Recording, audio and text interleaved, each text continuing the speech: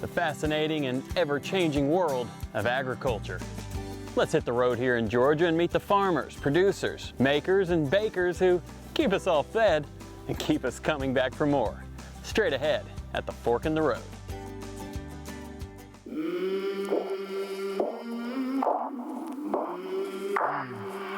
I came from the mud, there's dirt on my hands.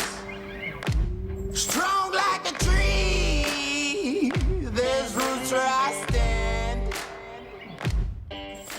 This week, we explore a few farms and factories of the legendary North Georgia mountains, beginning at a picturesque vineyard and winery in Blue Ridge.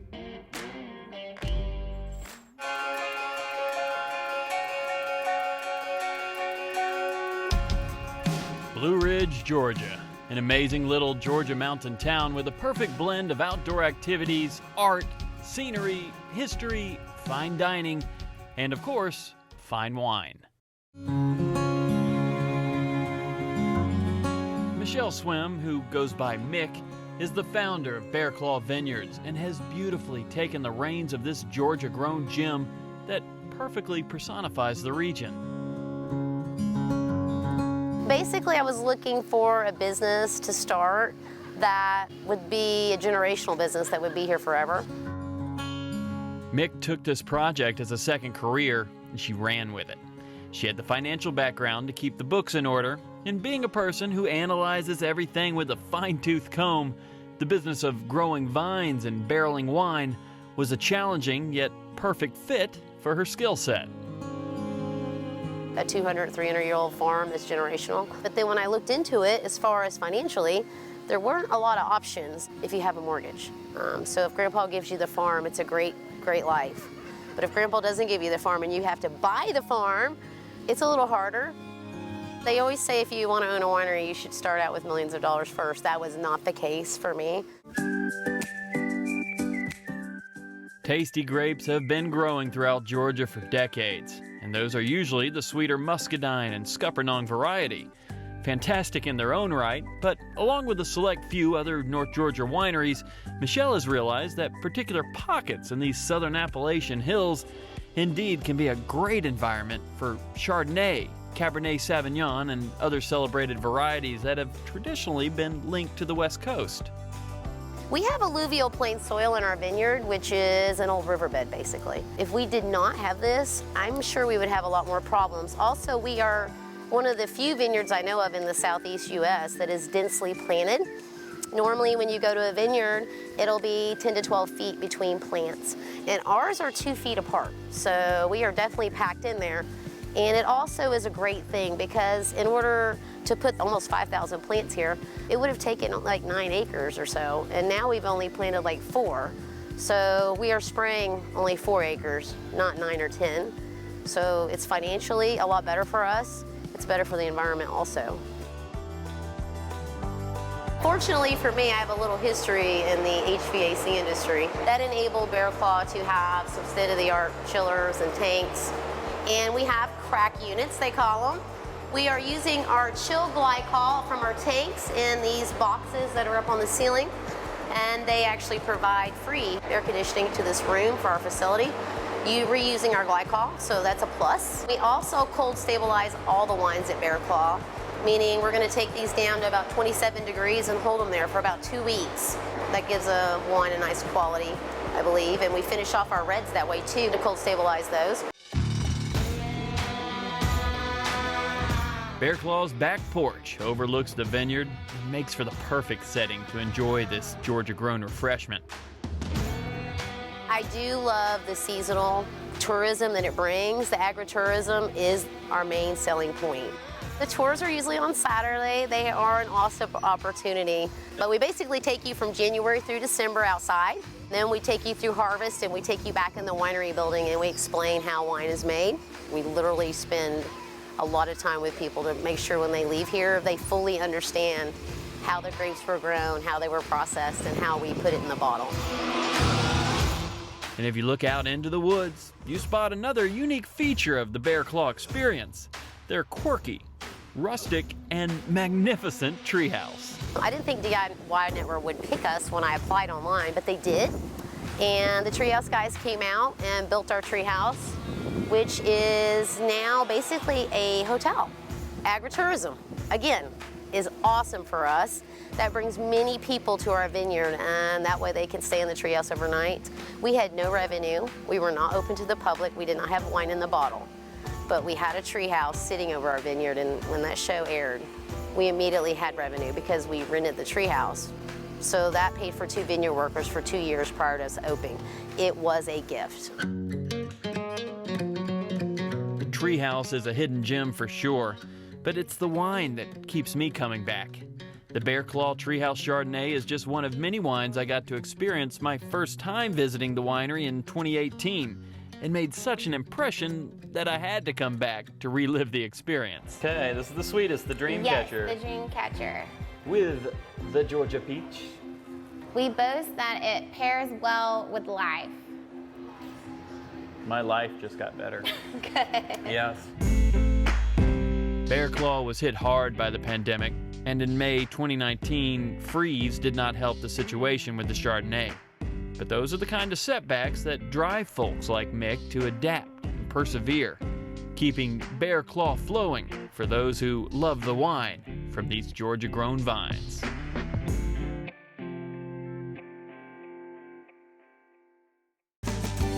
From tree houses and fine wine to a farm where the rainbow trout shine, let's hop a few hills over to Suchus to explore this unique farm full of fish.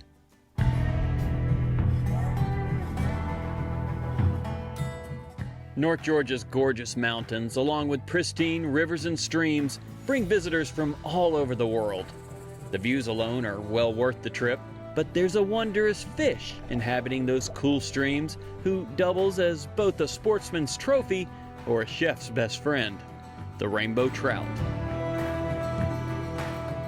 And there's a man in these mountains who understands this fish, probably better than anyone, what it takes to raise them right, keep them healthy, and at times, grow them to record size.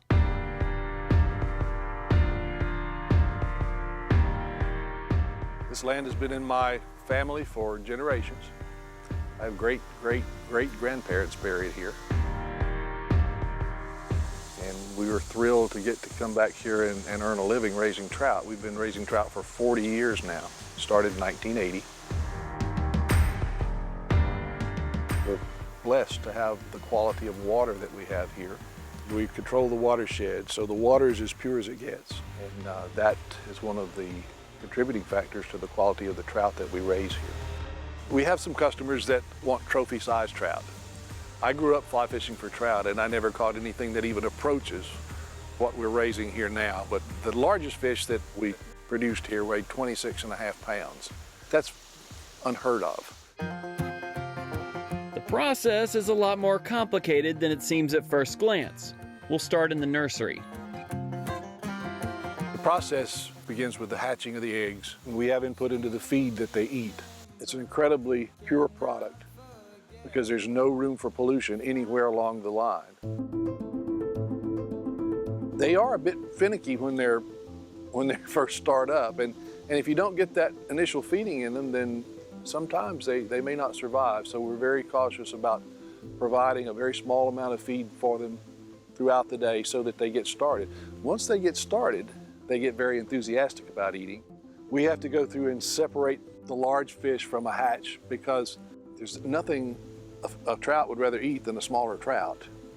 And once they get started, they become super fish, or that's what we call it. But we have to go through and grade those out and separate them from the rest of the population because they'll continue to eat those fish, and the first thing you know, you've got a handful of large fish and all of your small fish are gone. And from the tanks, they go to this well-circulated pond. Many in here are good eating size. Chef preference varies. Our restaurant business, very size specific. We'll have orders for 16 ounce, 18 ounce, 20 ounce, 22 ounce, 24 ounce fish. It takes us a year to produce a 1 pound trout, 16 ounces. That's with good growing conditions. We can harvest these fish and have them to the kitchens in the Atlanta restaurants in 3 hours. But this farm isn't only about the appetite, it's also about the angler. That's much of what's going on in the lower pond over here.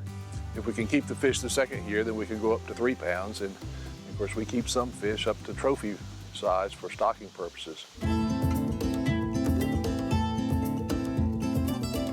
Watching these trout swim around is hypnotic, seeming at times like an oil painting. Watching them swirl in the spiral patterns, or exploding to the surface in a feeding frenzy of epic proportions. It's a beautiful sight indeed. And to a fisherman like me, this appears to be an angler's paradise, desperately wanting to drop a fly line in the pool. No doubt Terry and Ruth could make some additional money running this kind of business as well here in these beautiful hills, but in running an operation like this, that action could endanger the entire farm. Many things could go wrong. We can refer you to customers that do that, but we do not offer fishing here. First of all, we don't want to compete with our customers. Secondly, we've been very concerned over the years about the possibility of introducing a virus or any type of disease organism. So we're pretty restrictive about who we allow in and what we allow in. People make fun of me, say, you've been raising trout for 40 years, and what do you do on a day off? Go fly fishing for trout. I spent yesterday morning with a dear friend on the Noontula stream nearby, and we had a great morning fly fishing, and in fact, got to play some of those trophy-sized trout just before they spit my fly out and saluted me about 40 yards downstream. But it is still fun, and I still enjoy fishing. And lucky for me, I chose to come on a good day, when the fire pit was burning and the smoker was heating up. And you wouldn't believe what was on Terry and Ruth's backyard menu. Eating trout is one of the best things you can do. It's one of the last enjoyable foods that's great for you and is great tasting. High in omega-3 fatty acids, and we make sure of that with the diet that we feed them. We've got some fillets that are 15 minutes out of the water. We typically use a salt brown sugar brine, and I believe Ruth incorporated some Georgia-grown pecan oil in this batch as well. She also discovered that we have some roast starting to form. This is not quite mature yet, but when it does mature, the chefs in Atlanta absolutely love it. They cure it and they use it as a garnish on salads and dishes. It's a premium product. And we leave the skin on because it just holds the fillet together. What are you looking for here on the final product? It's a nice, firm product, but not too dry. The brown sugar salt kind of helps prevent it from drying out. And we like a hot smoke. About 40 minutes at 200 degrees is ideal for these little fillets. Again, they turn just a nice golden hue. And farm-raised trout, or fish in general, kind of got a bad rap for a while. People didn't want farm-raised product. But the fact is, we control the watershed. The water is as pure as it gets. And we control the diet. We know what the fish eats. So there's no room for contamination of any kind. It's just nature's bounty. Bramlett Trout Farms has accumulated many awards and highly acclaimed culinary customers through the years. It's a fascinating business and operation, growing many schools of Georgia's finest rainbow trout.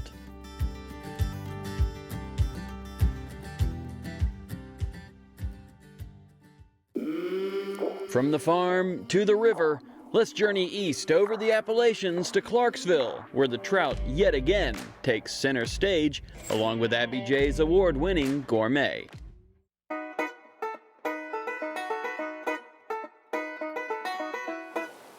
These mountains and this river have a secret recipe within. From the walls of this adorable farmhouse in Habersham County, Georgia, comes the origin story of two successful businesses from the mind of one woman with a dream and a passion. Abby Jackson of Abby Js Gourmet, headquartered at Blackhawk Fly Fishing, two very different businesses that somehow make a perfect combination. We are at Blackhawk Fly Fishing, north of Clarksville, Georgia, on Highway 197. We have 2 miles of private water on a 125-acre farm. And Abby J's Gourmet got started out of the passion and love for cooking for my fly fishermen here at Blackhawk. I met Abby J during a fly fishing segment I produced over 10 years ago and still remember my first trophy trout, and more importantly, my first taste of her amazing chili. not even realizing that my appetite helped inspire yet another Georgia-grown success story. I really wanted to get back to my roots, and it was a passion for growing my own food and cooking for my clients. And actually, David, you were a part of that inspiration, and I was making chili for my clients, and I thought about a gourmet sauce, but then the chili was so popular here that I decided to do a salsa. After I developed my first one, it took off. I just got more inspired to do it. I became the Entrepreneur of the Year in 2011. After that, I got back to my roots with my grandmother, spending time in the kitchen with my grandmother on the farm, and I developed my sweet fire pickles, and they happened to win the Flavor of Georgia in 2016. You can find Abby J's products all over the state, from Kroger's Georgia Grown section in the Atlanta area to Ingles up in the mountains and the suburbs, and places in southern Georgia like Carroll's Sausage, Striplings, and White Oak Pastures in Bluffton. A lot of different places, but the main place is here at Black Hawk. It's dedicated team members like the incomparable Sequoia River fishing guide John Rice and family members of Abby who have helped support her along the ups and downs of running two small businesses in completely different fields. We put our hearts in it. After 22 years of being here and taking care of the property, we're great stewards of the land. Got him. Oh. Let him run, let him run. Yeah, perfect. Whoa! I'm teaching them how to dance on the river. Trout stream dancing. John Rice has been with us a long time, and he loves fly fishing. He loves to share his passion, his knowledge. And we got us a nice little rainbow. He is just so devoted to making sure that fly fisherman has a great time. Give me a kiss. Thank you. Abby continues to produce and supply during this turbulent time, and fly fishing can fortunately be a 6-foot distance experience. No! My friend Abby J keeps a positive attitude and still keeps doing the 2 or 3 or 4 things that she does best. Yeah, perfect. Our next fork in the road takes us back through the winding mountain roads to the land of the shrooms. Welcome to LAJ Mushrooms.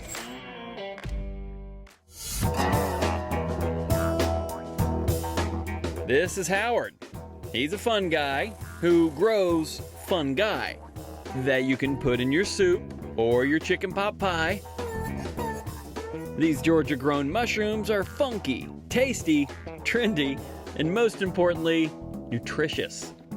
And it's here in these picturesque mountains of LAJ, Georgia, where you'll find Howard and his fresh mountain shrooms.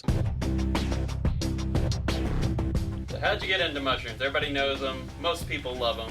Well, besides being a fun guy, no, that's a mushroom joke. I just love growing things. One thing led to another. I met my first mushroom partner with 2 fun guys. With 2 fun guys, we enable you to become a mushroom grower at home. In 2018, my partner here in LAJ, Megan Kai, found me through that company, and now we grow mushrooms commercially. Currently at LAJ Mushrooms, we are growing 2 types of mushrooms. One, we are growing shiitakes, which we'll go see in a little bit, and right now we're in our oyster house. So our oyster mushrooms are grown in here, and this is called pinning. So right now you can see the baby little mushrooms. These are little oyster mushrooms that have just came out of the log. Within the next 2 to 3 days, they will get to this next stage, a little bit bigger and a little bit happier. About 3 more days later, so a total of 5 to 6 days, you'll have your mushrooms ready to harvest. These oyster mushrooms look so delicious.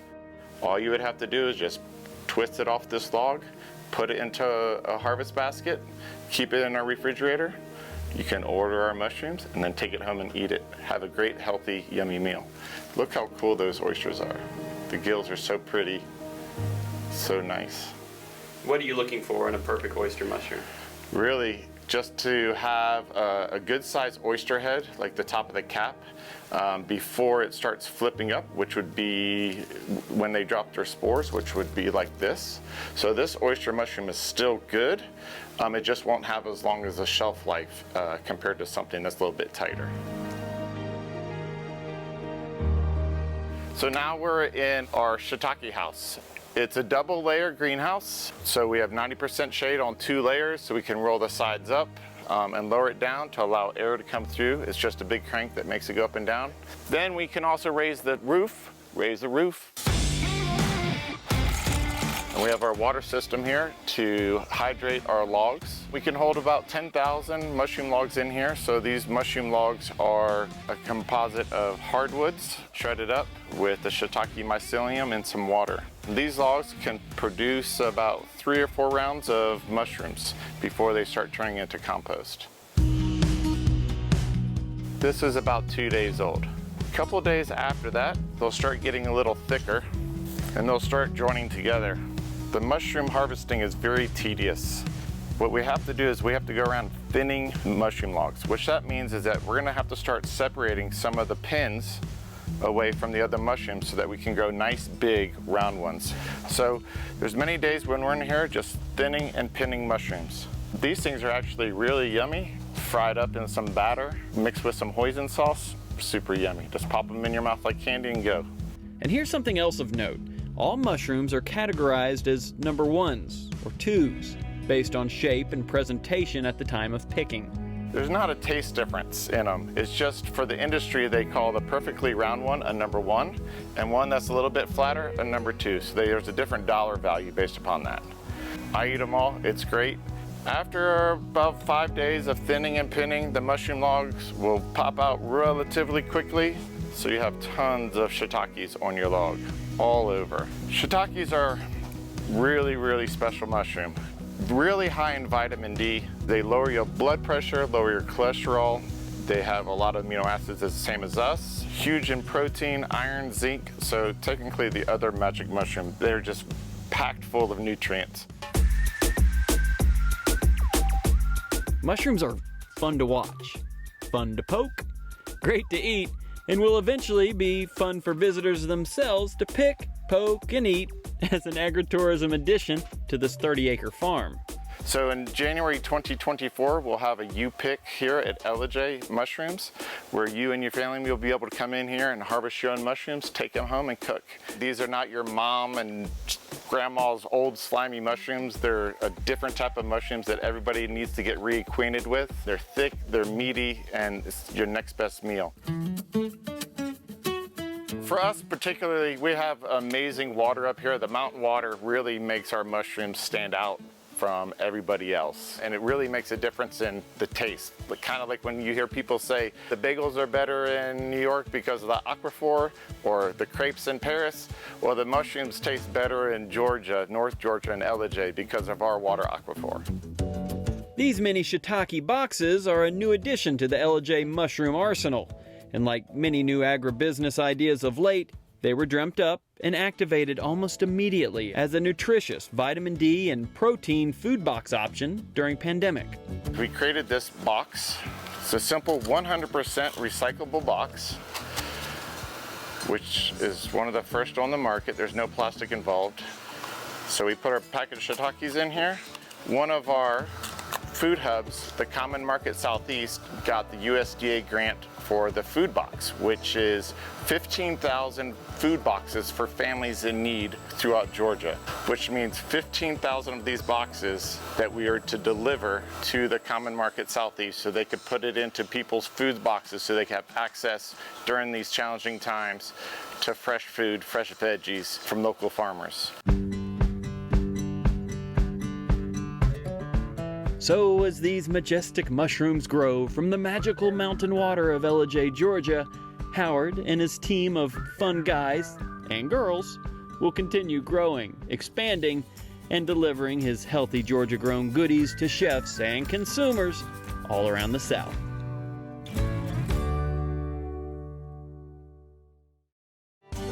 From trophy trout and tasty trout to fine wine and fresh mountain shrooms, These Georgia hills are packed with mountain-made goodness, and the right people seeing to it that everything is done just right. See you at the next fork in the road.